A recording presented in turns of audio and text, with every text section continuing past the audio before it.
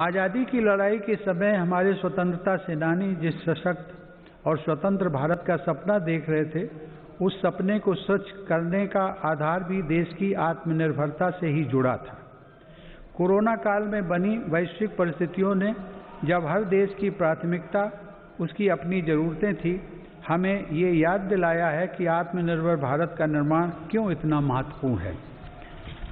इस दौरान भारत ने बहुत ही कम समय में 2200 से अधिक प्रयोगशालाओं का नेटवर्क बनाकर हजारों वेंटिलेटर्स का निर्माण करके पीपीई किट से लेकर टेस्ट किट बनाने तक में आत्मनिर्भरता हासिल करके अपनी वैज्ञानिक क्षमता,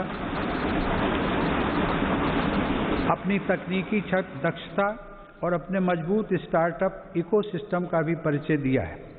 हमारे लिए यह और भी गर्व की बात है कि आज भारत दुनिया का सबसे बड़ा टीकाकरण अभियान चला रहा है। इस प्रोग्राम की दोनों वैक्सीन भारत में ही निर्मित हैं। संकट के इस समय में भारत ने मानवता के प्रति अपने दायित्व का निर्वहन करते हुए अनेक देशों को कोरोना वैक्सीन की लाखों खुराक उपलब्ध कराई है। भारत के इस कार्य की विश्व भर में हो रही प्रशंसा हमारी हजारों वर्ष पुरानी संस्कृति, सर्वे संतु निरामया की भावना के साथ जग कल्याण की हमारी प्रार्थना हमारे प्रयासों को और ऊर्जा दे रही है। माननीय सदस्यगण, मेरी सरकार द्वारा स्वास्थ्य के क्षेत्र में पिछले 6 वर्षों में जो कार्य किए गए हैं, उनका बहुत बड़ा लाभ हमने इस कोरोना संकट के दौरान देखा है। इन वर्षों में इलाज से जुड़ी व्यवस्थाओं को आधुनिक बनाने के साथ ही बीमारी से बचाव पर भी उतना ही बल दिया गया है। राष्ट्रीय पोषण अभियान, फिट इंडिया अभियान, खेलो इंडिया अभियान, ऐसे अनेक कार्यक्रमों से स्वास्थ्य को लेकर देश में नई सतर्कता आई है। आयुर्वेद और योग को बढ़ावा देने के मेरी सरकार के प्रयासों का लाभ भी हमें देखने को मिला है। मेरी सरकार के प्रयासों से आज देश की स्वास्थ्य सेवाएं गरीबों को आसानी से उपलब्ध हो रही हैं तथा बीमारियों पर होने वाला उनका खर्च कम हो रहा है। आयुष्मान भारत प्रधानमंत्री जन आरोग्य योजना के तहत देश में 1.5 करोड़ गरीबों को 5 लाख रुपए तक का मुफ्त इलाज मिला है।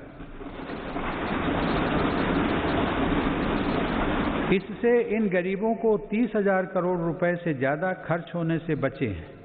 आज देश के 24,000 से ज़्यादा अस्पतालों में से किसी में भी आयुष्मान योजना का लाभ लिया जा सकता है। इसी तरह प्रधानमंत्री भारतीय जन औषधि योजना के तहत देश भर में बने 7,000 केंद्रों से गरीबों को बहुत सस्ती दर पर दवाइयां मिल रही हैं। इन केंद्रों में रोजाना लाखों मरीज दवाई खरीद रहे हैं।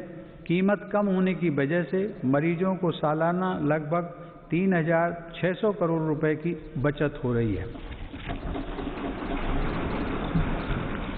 माननीय सदस्यगण, देश में स्वास्थ्य सेवाओं के विस्तार के लिए मेडिकल शिक्षा का विस्तार भी अत्यंत आवश्यक है। साल 2014 में देश में सिर्फ 387 मेडिकल कॉलेज थे, लेकिन आज देश में 562 मेडिकल कॉलेज हैं। बीते 6 वर्षों में अंडर ग्रेजुएट और पोस्ट ग्रेजुएट चिकित्सा शिक्षा में 50,000 से ज़्यादा सीटों की वृद्धि हुई है। प्रधानमंत्री स्वास्थ्य सुरक्षा योजना के तहत सरकार ने 22 नए एम्स को भी मंजूरी दी है।